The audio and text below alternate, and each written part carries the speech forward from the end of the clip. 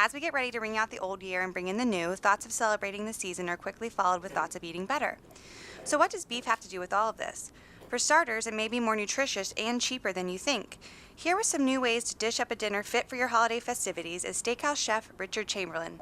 Hey Chef, thanks for being with us today. Thank you so much. So people usually tackle cooking up a bird this time of year. Why do you encourage them to switch to beef? Well, I can tell you what, at my house, we're serving beef this year, and we serve it every year. It's just a real crowd pleaser. Everybody loves it, and it's really easy to do. The other great thing about this year is that prices are lower than they've been in the last couple of years, so there's some great savings for consumers out there.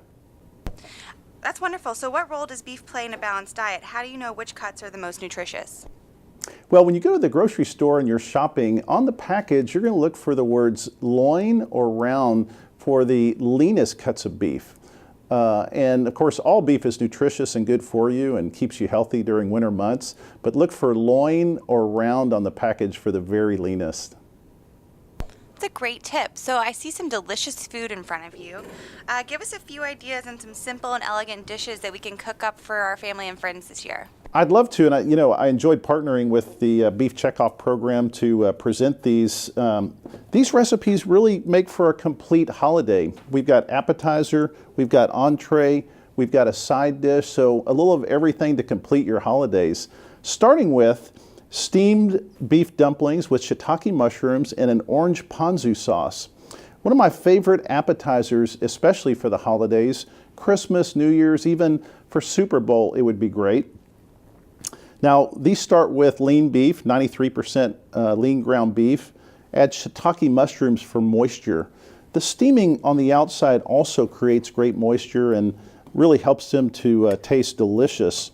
Now, these are finished again with that beautiful orange ponzu sauce, which has great citrus taste. It has lime, orange, garlic, really, really beautiful.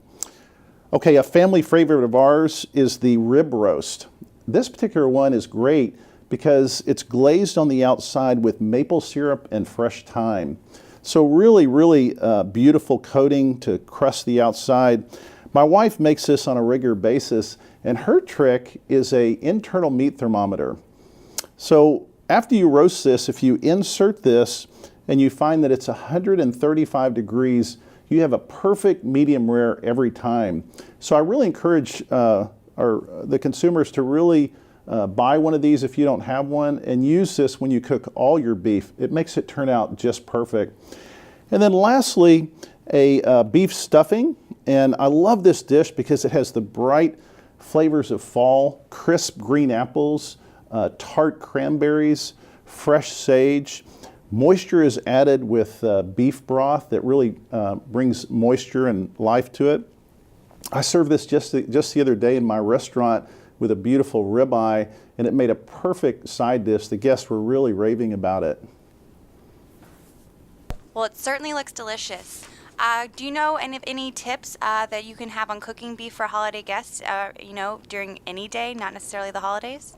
Sure, yeah. Now, when you're shopping in the store, there's really you're looking for two different primary cuts, or actually in the names. If you find the name loin or rib, that means that those cuts are already very tender. Okay, so those use dry heat methods. And when we talk about dry heat methods, we're talking about putting it on a grill, searing it in a pan, broiling it in the oven, hot heat. This makes good caramelization on the other side.